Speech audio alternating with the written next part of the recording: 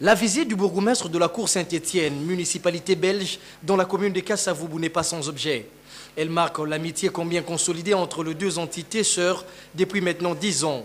Michael Goblet d'Alviela est venu palper du doigt les fruits du partenariat entre sa municipalité et la commune de Kassavoubou. Et il n'en sortira pas déçu. Cette municipalité qui porte le nom du premier président congolais est bel et bien sur le pas de la révolution de la modernité. Sa maison communale vient d'être dotée de l'énergie solaire et désormais sera la première maison communale solaire de la République démocratique du Congo. C'est vraiment un grand plaisir et un grand honneur d'être accueilli de cette manière ici à Kassavoubou.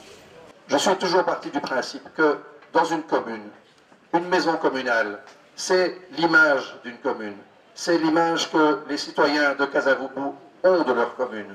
Si vous avez une maison communale qui est en mauvais état, qui est mal peinte, qui ne fonctionne pas, avec des bureaux trop petits, où on ne reçoit pas de service, eh bien c'est toute l'image de la commune qui est dégradée.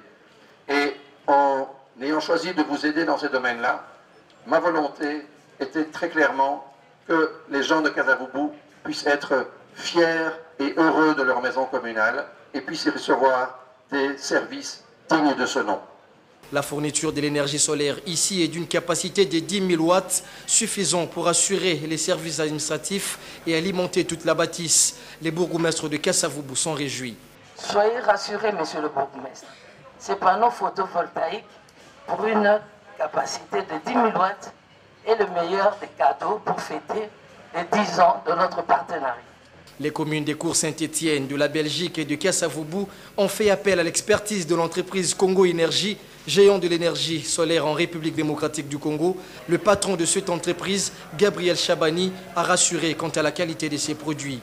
Les moments forts de cette cérémonie a été la signature d'une convention de collaboration entre les communes des Cours Saint-Étienne et Kassavoubou, exercice 2014-2016, en présence des autorités communales et provinciales.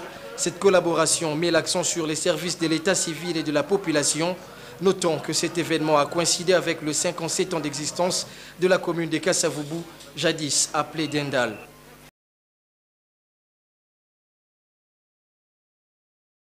L'énergie renouvelable va certes améliorer les moyens de subsistance, mais aussi et surtout, elle contribuera à sauver des vies et à redorer l'image thermique qui colle, à tort ou à raison, à la politique environnementale de notre pays.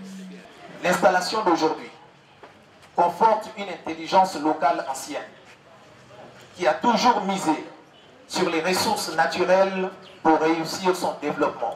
Vous devez faire de ces dons l'un de vos biens les plus précieux afin de nous encourager à faire davantage. Hologramme Identification Service est la fierté d'une expertise congolaise avérée, avec mission principale de mettre à la disposition des structures publiques et parapubliques les moyens logistiques nécessaires pour leur fonctionnement dans un cadre moderne et opérationnel. Nous avons installé 10 KVA, qui curieusement correspond à 10 ans de la coopération entre notre pays et la Belgique. Nous avons réparti 5 KVA à l'état civil et 5 KVA à notre bibliothèque. Vous savez, aujourd'hui avec l'hologramme, tout est informatisé. Cela veut dire qu'il faut de l'électricité. Donc sans électricité, on ne sait pas imprimer les documents, on ne sait pas les saisir. Mais enfin, aujourd'hui, l'installation que nous avons fait ici, c'est ce qu'on appelle l'installation isolée, est totalement autonome. On n'a pas besoin de l'heure ni de stabilisateur. Tout est stable.